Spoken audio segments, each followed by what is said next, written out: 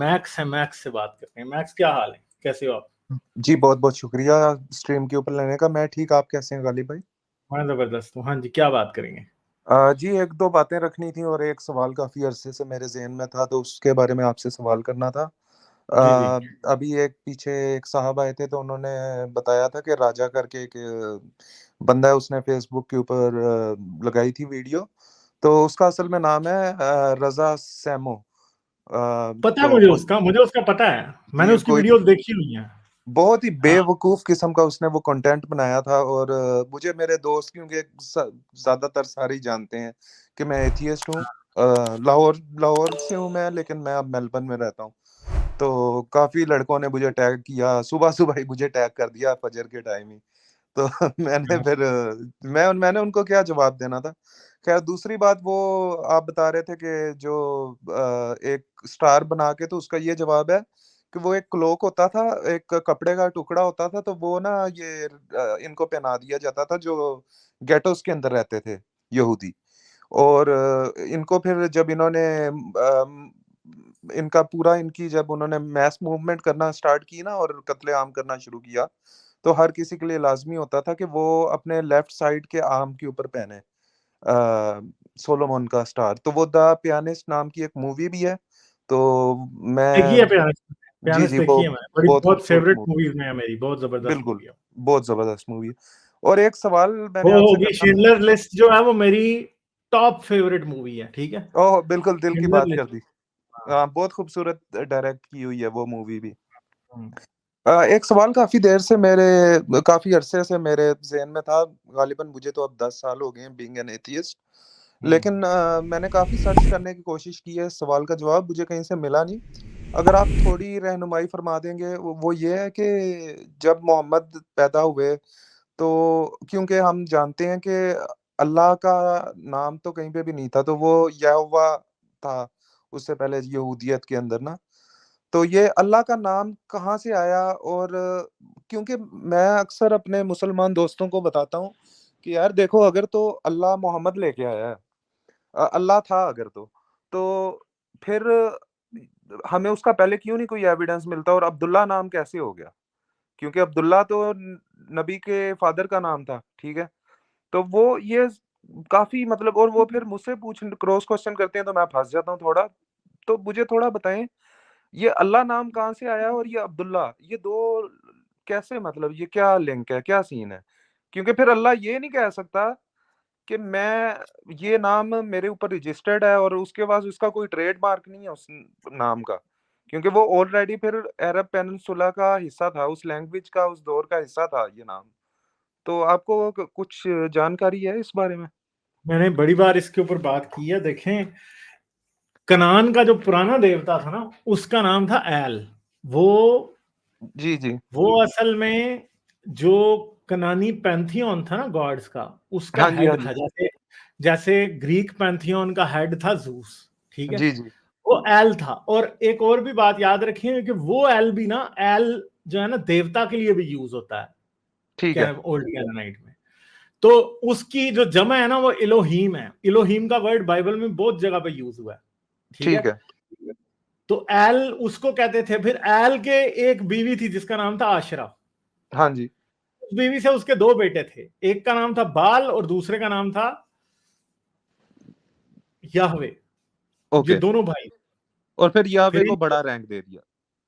इनकी अपनी अपनी बीवियां थी। अब बाइबल में अगर आप देखें ना, तो बाइबल में एल और याहवे की तारीफें हैं, और बाल के खिलाफ पूरी पूरी की पूरा नैरेटिव है। खास तौर पे जो किंग्स की किताबें हैं ना, उनमें तो जो जो एलिया नबी था ना और अलीसा, वो तो हम्म। एक्टिवली बाल के पुजारियों के कत्ल किया करते थे। ओके। यानी ये एलिया ने एक अहदनामा बाइबल, कदीम में हाँ, अहदनामा कदीम में आप सलातीन की किताबें या किंग्स की बुक्स देखेंगे ना, उनमें आपको एलिया नबी का जिक्र मिलेगा और अलीसा का। एलिया वो था जिसे खुदा ने आसमान पे उठा लिया था, मगर ठीक है। एलिया की स्टोरी ये थी कि एलिया ने ना बाल के पुजारियों के साथ मुकाबला रख लिया। ठीक है। ठीक है। तो वो कहता है कि जी देखेंगे, जो सच्चा जिसका खुदा सच्चा होगा ना, वो जिंदा रहेगा। तो वो क्या करते हैं जी, कि वो कहता है कि एक बैल तुम जबा करो और एक बैल मैं जबा करता हूं। और जी उसको लकड़ियों पे रखते हैं, और फिर तुम अपने खुदा से दुआ मांगना, मैं अपने खुदा से दुआ मांगूंगा। वो तो आग आसमान वाली। से, हाँ, आसमान से आग आएगी और वो जिसकी कुर्बानी को खा जाएगी वो सच्चा होगा और दूसरे को कत्ल करेंगे।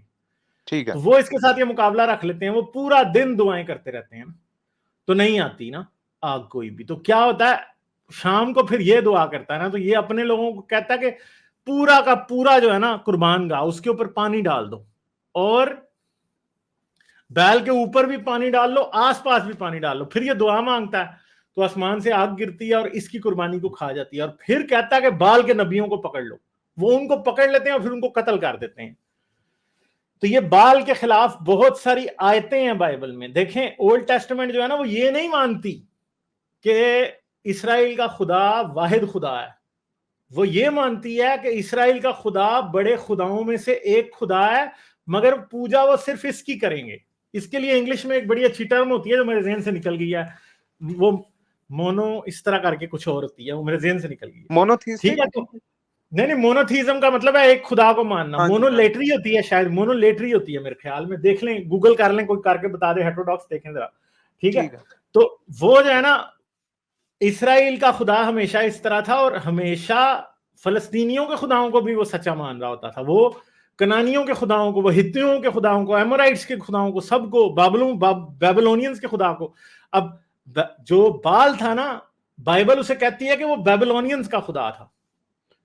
ठीक है, मगर इस पूरे इलाके में इनकी परवरिश होती थी, पूजा होती थी। अब मसला यह है कि जो अरब पैंथियन है ना, जो कि इस्लाम में अरब पैंथियन माना जाता है, जी जी, वो असल में, हाँ, मोनोलेटरी, बिल्कुल हेटेरोडॉक्स ने कंफर्म कर दिया, मैं भी यही कह रहा था, बहुत बहुत मोनोलेटरी। शुक्रिया।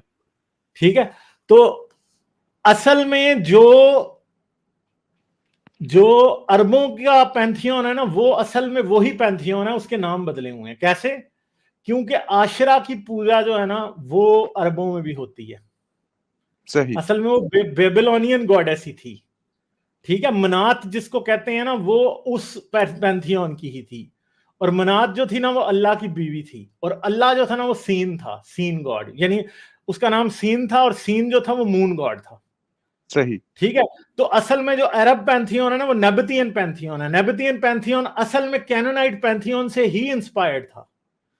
तो फिर जो अरब थे ना, अरबों में एक पेगन कल्ट एग्जिस्ट करता था जो कि फिर इनको मानता था आगे से, जो कि, और अब मसला ये है कि अब अरबों में जो खुदा जिसको वो मानते थे ना, उसका नाम था दुशहरा हाबलू, हुबाल उसको कहते थे। और हुबल का जो बुत है ना वो असल में एल का ही बुत है।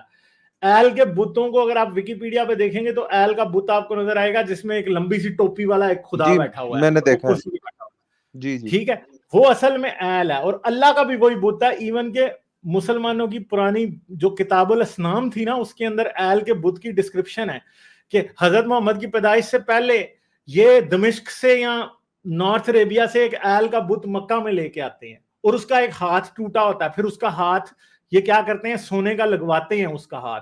ठीक है, और उसके सर पे एक टोपी होती है, और वो देवता जो है वो क्या होता है, वो अल्लाह होता है असल में। तो हुबल का बुत, असल में हुबल जो है वो मक्का का देवता था, और असल में हुबल ही जो है वो एल था, और ये सारी चीजें। तो अल्लाह जो है ना, बेसिकली अल्लाह, तो ये लाह जो था वो एल का एक अल्टरनेट नाम था। ठीक है, राइट। हाँ और बिल्कुल, मतलब अल्लाह का मतलब है दी गॉड। राइट। जिस तरह एल का मतलब है द गॉड, जैसे कि एल जो कैनानाइट पैंथियन का मेन गॉड था, उसका मतलब वो, उसको सिर्फ एल कहा जाता था, जिसका मतलब वही था कि ये खुदा है। ठीक है, राइट। तो अब याहवे जो था वो उसका बेटा था, मगर एल और याहवे और एल दोनों की ओरिजिनल प्रोनाउंसिएशन जो है ना हिब्रू में वो लॉस्ट हो चुकी है, स्पेशली याहवे की। राइट। YHWH उसे लिखा जाता है, मगर जी जी, क्योंकि ओल्ड हिब्रू के अंदर वॉवल्स नहीं थे, तो इसलिए हमें ये पता नहीं है कि वो याहवे है या यूहवे है या कुछ और है, ये हमें नहीं पता। बिल्कुल। ठीक है, क्योंकि जो यहूदी थे ना वो खुदा का नाम लेते नहीं थे जी असल जी, में। ठीक है, तो ये जो चीज है ना, इस वजह से हमें ये पता नहीं है कि याहवे का असल नाम क्या था। फिर इसको कहते हैं सिंक्रेटिज्म, जब दो देवताओं को मिला दिया जाता है। असल में पता क्या था, जो बाबुल की गुलामी से जब ये बाहर आए हैं तो दो किस्म के काहिन थे।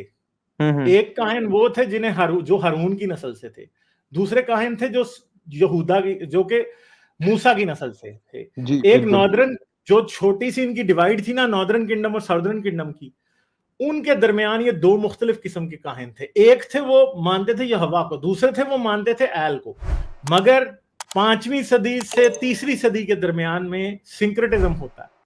सिंक्रेटिज्म में ये होता है कि एल और यहोवा वाले जो दो मुख्तलिफ किस्म के काहिन थे या लेवाइट्स थे, जिनको आप कहते हैं लावी, जो कि जी, इनकी जी। प्रीस्टली क्लास है यहूदियों की, उसने सिंक्रेटिज्म कर लिया। सिंक्रेटिज्म में यह होता है कि दो देवताओं को मिला के एक नया देवता बना लिया जाता है।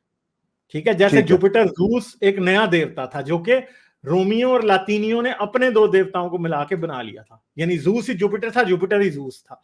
तो इन्होंने भी क्या किया, जो याहवे एल का बेटा था उसको एल के साथ ही मिला दिया और याहवे और एल एक खुदा बन गए। और उसके बाद से बनी इसराइल ने यह कहना शुरू किया कि सुना बनी इसराइल, खुदावंद तुम्हारा खुदा एक ही खुदावंद है। ठीक है, ये बेसिकली बुक ऑफ लेविटिकस और बुक ऑफ डिट्रोनॉमी में बार बार लिखा गया, सुना बनी इसराइल, खुदावंद तुम्हारा खुदा एक ही खुदावंद है। जी, जी। ठीक है, राइट। तो ये यहां से इनमें मोनोथीज्म की बात शुरू होती है। और जो ओल्ड टेस्टामेंट की पुरानी तरीन किताबें हैं ना, वो मोनोथीस्टिक नहीं है, वो मोनोलेटरल है। जैसे कि यहाँ पे हेटेरोडॉक्स ने भी बताया और मैंने आपको बताया था। तो मोनोलेटरी वो होती है जिसमें ये तो माना जाता है कि और खुदा भी है, मगर ये नहीं माना जाता कि वो किसी और खुदा की पूजा मना करते हैं। और फिर ओल्ड टेस्टामेंट में जगह जगह ये लिखा कि बनी इसराइल सुनो, खुदावन तुम्हारा खुदा एक जेलस गॉड है।